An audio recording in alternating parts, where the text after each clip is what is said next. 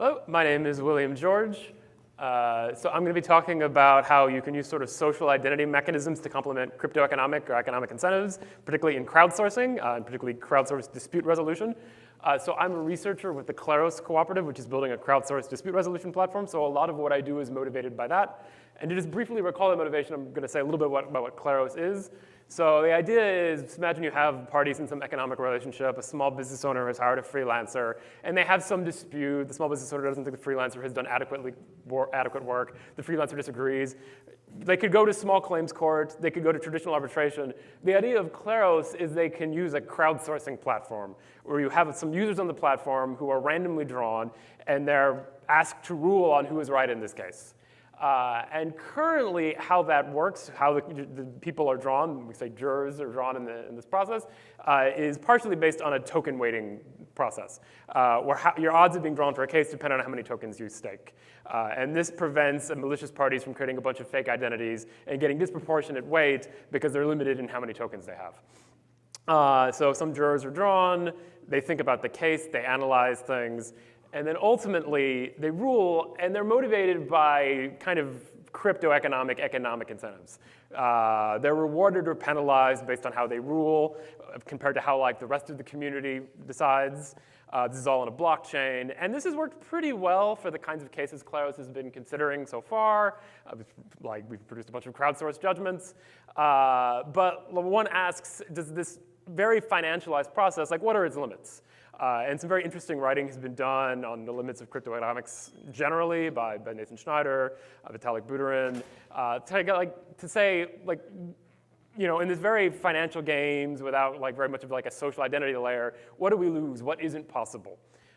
So we're always trying to improve the Kleros protocol, and we've done a lot of research, particularly motivated by this decentralized society paper that was recently published by Weil, Allhaver, and Buterin, where they think about what they call soulbound tokens, which are these tokens that try to get away from financial incentives and attest rather to people's identity, past experiences, qualifications, non-transferable.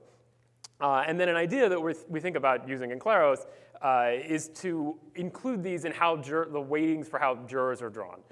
So we think of each juror as having some collection of attributes, social attributes, and then their odds of being selected depend on them to some degree. And then you can specifically try to pick panels of jurors that have diverse experiences and have different kinds of perspectives. And this draws on a lot of social science research that shows that groups of diverse people can often produce better decisions than more homogeneous groups, even if the homogeneous people are very high performing. So what do we need to do for this? So first of all, we need a very rich ecosystem of soulbound tokens.